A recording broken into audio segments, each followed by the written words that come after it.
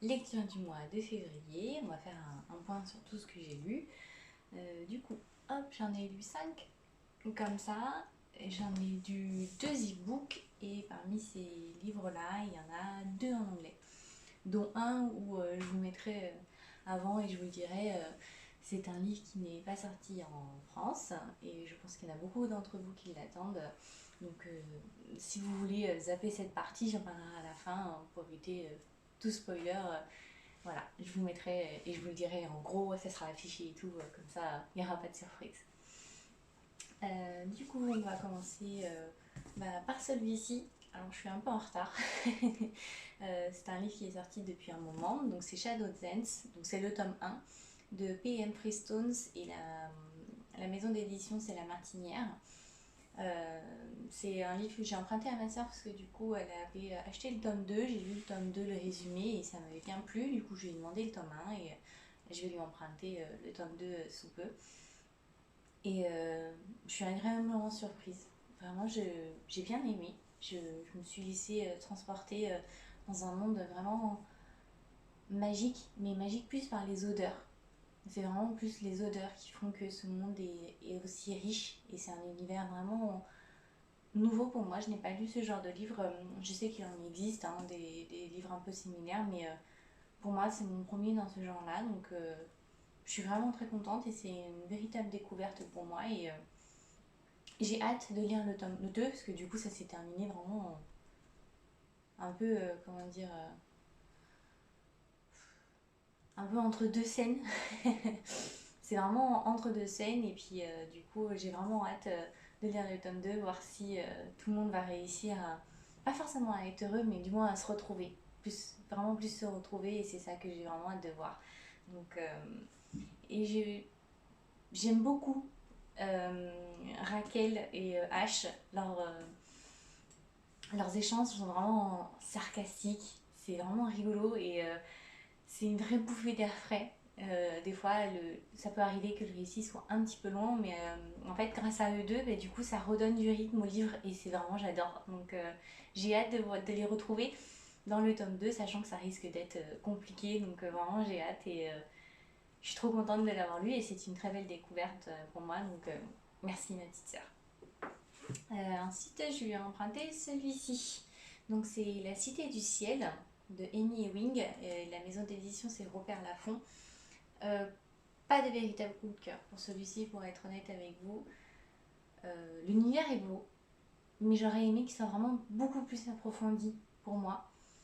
On a très peu d'informations sur les Céruliennes et c'est quelque chose que j'aurais aimé vraiment plus savoir en profondeur, vraiment une exploration de leur lien avec la cité, avec la planète qu'elles habitent. Et c'est vraiment quelque chose que je suis déçue de ne pas avoir retrouvé. Donc, je sais pas, pour être honnête avec vous, si je vais lire le tome 2. C'est quelque chose qui me dérange toujours quand je commence des trilogies, duologies ou autres. Parce que la fin, en fait, me donne envie souvent de lire le tome 2. Mais si j'ai eu du mal un peu à rentrer dans le premier tome, c'est compliqué pour moi de lire le tome 2. C'est souvent un livre que je vais lire du coup si je sais pas trop quoi lire. Si je suis entre deux lectures et que j'attends par exemple je viens de lire un livre et que j'attends une prochaine sortie qui sort dans un ou deux jours, bah, c'est souvent là que je vais lire ce genre de livre. Donc, je sais pas. Pour être honnête avec vous, je suis un peu perdue. Euh, L'univers est original, on va dire.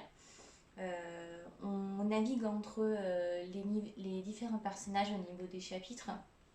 On rentre dans la peau de chaque personnage à chaque fois.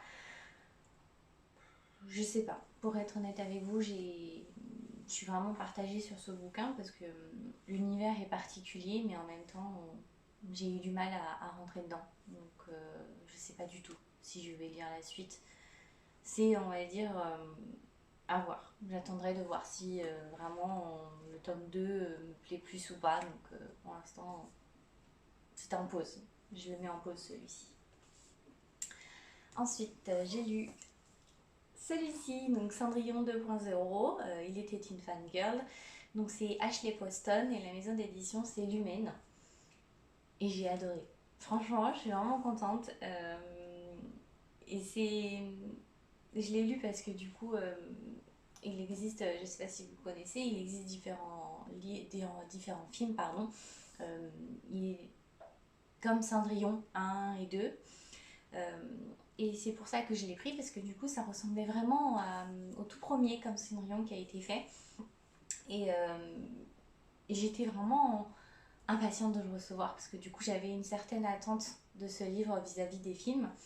Et ça n'a rien à voir. Par contre, vraiment, les deux personnages, enfin, toute l'histoire n'a rien à voir. Et je suis vraiment contente. Il arrive, on va dire, plein de choses aux personnages, mais c'est des choses en fait qui vont leur apprendre à grandir, à s'affirmer, à vouloir ce qu'ils veulent vraiment, à s'émanciper surtout. Et des deux côtés, à s'émanciper de leur famille. Et c'est ça qui est important pour moi, parce que du coup, l'un comme l'autre sont enfermés dans un rôle, sont brimés par leurs parents. Et grâce à l'un et à l'autre, ils vont réussir vraiment à s'émanciper, à dire non, à dire stop. Et c'est vraiment quelque chose qui est important pour moi. J'aime beaucoup les échanges entre les deux personnages, entre Ellie et Darian. Et c'est quelque chose que c'est c'est pas forcément romantique au début leurs échanges, loin de là. C'est plus du livre. Ils se livrent vraiment à cœur ouvert parce que comme ils ne savent pas réellement qui sont l'un, qui sont l'autre, ils se permettent de dire des choses qu'ils ne savent pas forcément. Mais c'est grâce aussi à ces messages-là qu'ils se rendent compte vraiment de quoi ils ont envie. Et c'est vraiment une très belle découverte pour moi. Je sais qu'il existe d'autres livres, pas avec les mêmes personnages par contre, d'autres livres, et j'espère vraiment que l'humaine va les sortir. Et j'ai hâte de me plonger de nouveau dans cet univers, sachant que la plume de l'auteur est vraiment incroyable. C'est vraiment quelque chose que on se laisse porter par le bouquin. C'est vraiment un bouquin que j'ai lu d'une traite sans difficulté, et je suis vraiment contente, et j'apprécie cette nouvelle découverte. Ensuite, c'était une sortie donc du mois. Hop là, c'est Vilaine de Jennifer Donnelly. La maison d'édition, c'est Michel Lafon. Franchement, foncez. Si vous ne l'avez pas encore lu, si vous ne le connaissez pas, franchement, allez-y, foncez. C'est du coup, on suit l'histoire des deux sœurs de Cendrillon, ces deux demi-sœurs, pardon. Donc Isabelle et Octavia. Et on suit vraiment plus Isabelle qui se retrouve en fait au cœur d'un pari entre les destinées. Donc, vous savez, on va dire les trois sorcières dans la mythologie grecque, celles qui suivent et qui en fait font votre vie. Et donc du coup, en fait, elles vont faire un pari avec chance. Donc, j'arrive pas vraiment à savoir qui c'est, mais c'est un garçon qui va voler la carte de vie de Isabelle et qui va tout faire pour changer en fait son dénouement. Et donc, elles se retrouvent du coup au milieu d'un pari, et ils vont chacun faire en sorte que l'autre perde forcément. Mais surtout, il y a un personnage qu'on retrouve dedans, que je ne m'attendais pas à voir. C'est la reine des fées, Taneshi, si je me souviens bien. Et là, je me suis dit, mais qu'est-ce qu'elle fait là? Et en fait, c'est elle qui joue du coup le rôle de la bonne fée, la marraine de la bonne fée. Et franchement, j'étais plus que surprise de la trouver. Et en même temps, elle fait partie, on va dire, des légendes qu'il y avait à ce moment-là. Parce que du coup, euh, le livre, il reprend, on va dire, à partir du conte, au moment où du coup les deux jeunes sœurs, en fait, l'une s'est coupé les orteils et l'autre le talon. Isabelle s'est du coup coupé les orteils, et toutes les deux du coup n'ont pas réussi à duper le prince grâce à deux colons qui ont prévenu du coup le prince et Cendrillon arrivent. Et, et c'est vraiment plus l'histoire de comment dire, pas forcément le but d'Isabelle, on va dire, pour son premier souhait qu'elle souhaite en fait quand elle retrouve du coup la reine des fées. Elle dit je souhaite être jolie, et la reine des fées lui dit d'accord, retrouve les morceaux de ton cœur. Et elle est persuadée, puisqu'elle prend exemple sur Cendrillon, que pour retrouver ses morceaux de son cœur, elle doit être gentille, bonne, adorable, enfin tout ce que selon elle, une fille jolie est. Et en fait, c'est là qu'elle va se rendre compte qu'en fait, elle n'est, c'est pas forcément ce qu'elle souhaite en fait.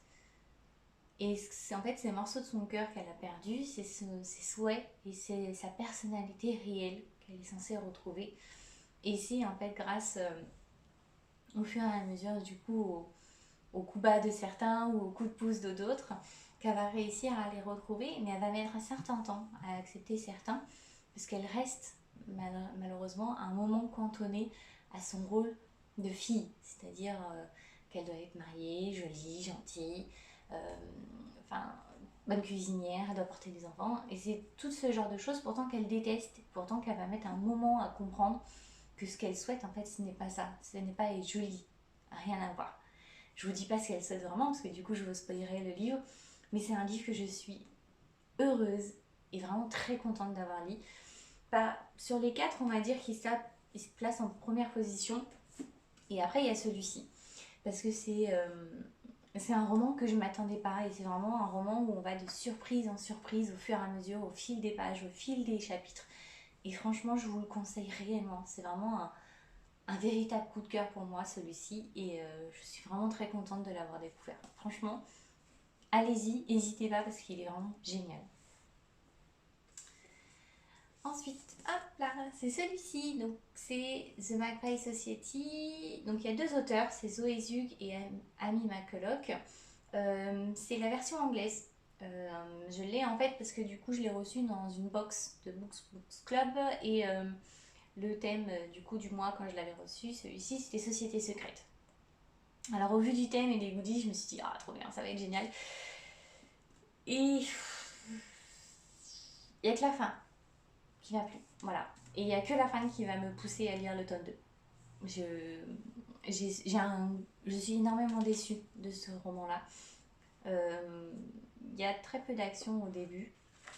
Et c'est là que je me dis, ben, la société secrète, elle arrive quand? Parce que, bah, je veux dire, à la façon dont la box, je l'avais eue et à la façon dont il était vendu sur Internet, quand j'ai lu les critiques, je m'attendais à un truc wow, génial et trop bien. Et la société secrète, elle a peine à arriver. Elle arrive vraiment dans les tout derniers chapitres. Et j'étais vraiment déçue. Euh, je, pour le coup, je sais, j'ai envie de lire la suite parce que du coup, vu comment ça s'est terminé, on est obligé. Je suis obligée de lire la suite. Je veux savoir ce qui s'est passé, le pourquoi du comment. Et je me dis que le tome 2 sera peut-être vraiment plus soutenu au niveau rythme que celui-ci. Je sais pas. J'ai les deux personnages principaux, du coup, quand on commence le roman, donc il y a la fille riche un peu arrogante, et en apparence, hein. Et la deuxième, c'est une jeune fille qui est là grâce à une bourse, qui veut rester dans le top des étudiants. Et puis dès qu'elle se retrouve, elle se déteste littéralement. Il y en a une qui du coup va faire partie du groupe des populaires, pas des nerds. Et en fait, elles vont se rapprocher uniquement grâce à une personne. Et encore, le rapprochement est vraiment tout petit, minime, et il va se faire vraiment au fur et à mesure. Et franchement, je sais pas comment dire, mais j'ai été extrêmement déçue en fait. C'est plus pour ça que je sais pas quoi dire de ce livre, parce que j'ai été déçue. Je m'attendais à beaucoup plus de ce livre en fonction de ce que j'avais lu, ce que j'avais entendu.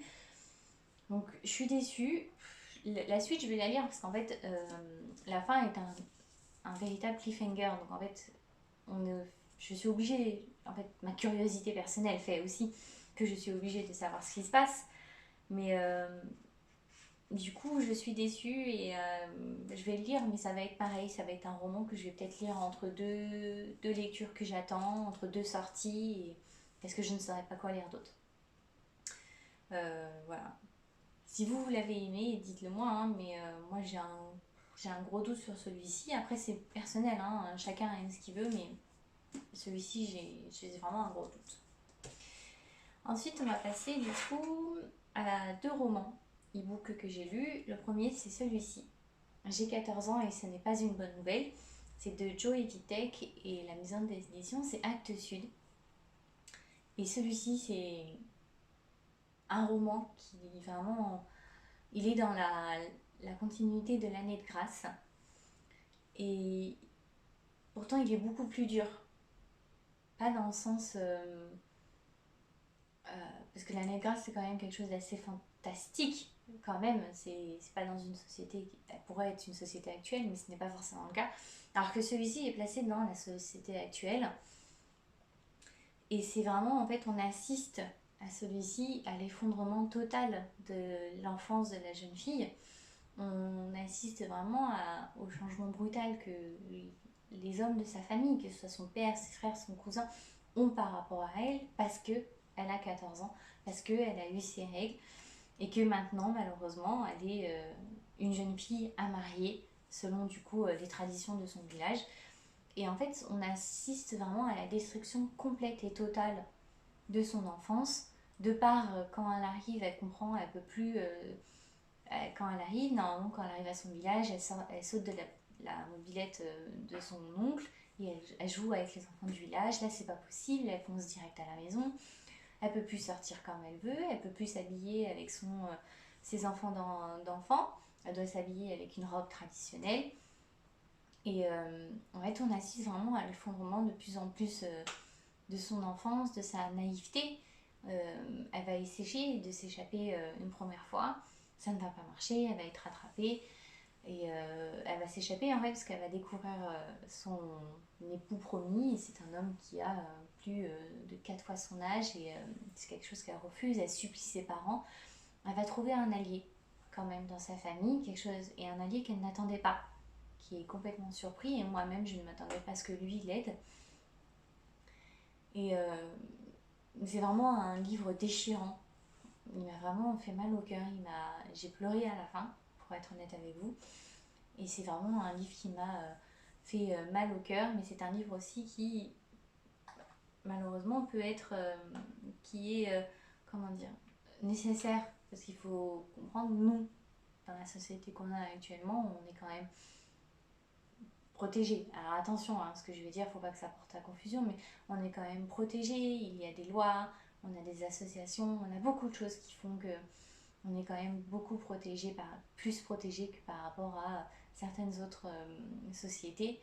Et, et ça fait mal au cœur de voir qu'il y ait tant de traditions qui existent encore, qui font que certaines jeunes filles sont malheureusement dès 9 ans forcées à être mariées et autres. Et c'est un livre qui m'a vraiment fait mal au cœur parce il nous renvoie aussi en pleine face combien le combat n'est pas fini pour la place des femmes, pour notre équité par rapport aux hommes et juste notre liberté, tout simplement. Elle n'est pas forcément garantie et libre encore. Donc, c'est un livre qui est important et je suis vraiment contente que la maison d'édition l'ait sorti parce que c'est un livre, il devrait y en avoir un peu plus.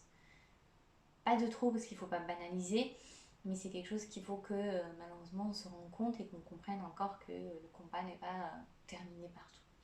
Voilà. Et le dernier livre que j'ai lu, donc du mois, alors là attention, spoiler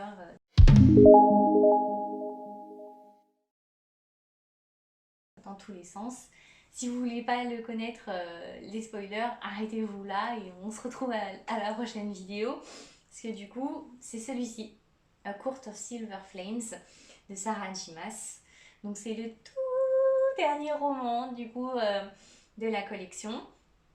C'est la version anglaise, hein, parce qu'il n'est pas sorti en français encore. Donc j'ai pris la version e-book. De toute façon, cette série-là, je n'ai l'ai que en e-book parce que je n'ai pas réussi à trouver de... Je vais attendre qu'ils soient tous sortis et j'aimerais trouver une très belle collection qui soit à la hauteur de l'auteur et de la série parce que... Oh, alors, on y go, hein. Les spoilers, c'est parti, hein, je vous le dis.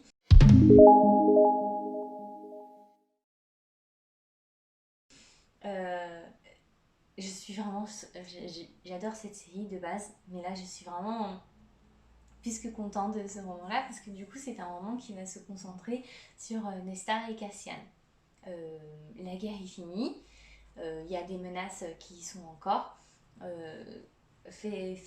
Rissandre et autres sont présents dans le roman, mais beaucoup plus en arrière-plan du coup, parce qu'on se concentre vraiment sur eux deux. Et je suis trop contente. Et c'est vraiment plus. Alors, c'est un roman du coup qui est concentré donc sur Nesta et Cassian, mais c'est concentré vraiment sur la reconstruction de Nesta, parce que du coup, on la retrouve après qu'elle ait décapité donc le roi Hibert, et elle se laisse vraiment complètement détruire. Elle veut juste, en fait, c'est vraiment son but principal, en fait, c'est juste d'arrêter de vivre. Pour elle, elle a accompli sa vengeance, c'est bon, c'est fini, elle n'a plus rien d'autre à faire. Euh, donc du coup, elle va avoir un électrochoc de la part de sa famille qui l'envoie du coup dans la bibliothèque qu'on a vu avec les nonnes qu'on a vu dans les derniers tomes. Et Cassiane en fait est censée l'entraîner. Donc l'entraînement est très compliqué à être mis en place, elle ne veut pas. Elle va par contre se nouer d'amitié avec une nonne et une jeune fille qui tient un magasin donc en ville. Et elle va se nouer d'amitié, mais l'amitié va être vraiment petit à petit, parce que du coup, les deux jeunes filles avec qui elle se noue d'amitié ont elles aussi subi de terribles. Elles ont eu de terribles blessures, que ce soit autant physiques que spirituelles. Et donc, elle va se lier d'amitié avec elle, elles vont devenir de très très grandes amies. Et c'est un roman qui est, soyons honnêtes, hein, par rapport aux autres, il est extrêmement, extrêmement haute. Je, Parce que quand je l'ai fini, du coup, je me suis remis à lire les autres tomes. Et je crois que c'est le tome où il y a plus de scènes de sexe, soyons honnêtes. Et alors vraiment, haute, mais alors haute, haute, haute. Quand j'ai vu, avant qu'il sorte sur Instagram, il y avait le challenge du coup de Nesta, et où on voyait, il y avait la musique de striptease et tout. Je comprenais pas forcément, je me suis dit oui, il va y avoir des scènes de sexe parce que ça fait partie, soyons honnêtes, ça fait partie du truc. Mais alors là, mon dieu, il y en a eu, je m'y attendais pas. Et il y en a certaines, je peux vous dire que c'est pas un livre que on peut lire partout, hein. C'est compliqué de lire ce genre de scène en public, hein. Dans le bus, le métro ou autre, faut s'accrocher, hein, parce que c'est vraiment.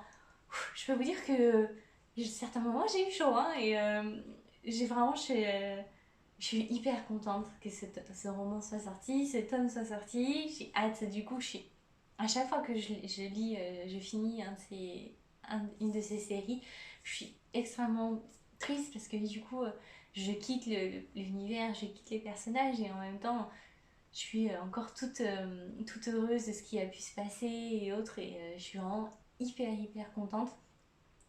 Je me tais, je peux pas trop vous en raconter parce que le but c'est pas que je vous spoil de trop parce qu'il va sortir en français forcément, mais je suis vraiment vraiment contente de ce roman là, et encore plus la fin quand deux mots sont dits, et là mon dieu, mon cœur a explosé de joie. Je peux vous dire que j'ai sauté du canapé, mon chat qui était sur mes genoux m'a regardé, a sauté, il m'a dit mais qu'est-ce que tu fais Franchement, je suis trop contente, j'ai pas pu attendre. En même temps, j'avais hâte, et je peux lire en anglais, donc je me suis permise, mais mon dieu, dès qu'il va sortir en français, hein, je vais le racheter, hein, de toute façon, mais je suis vraiment très très contente, et je remercie vraiment l'auteur de sortir des romans aussi magiques.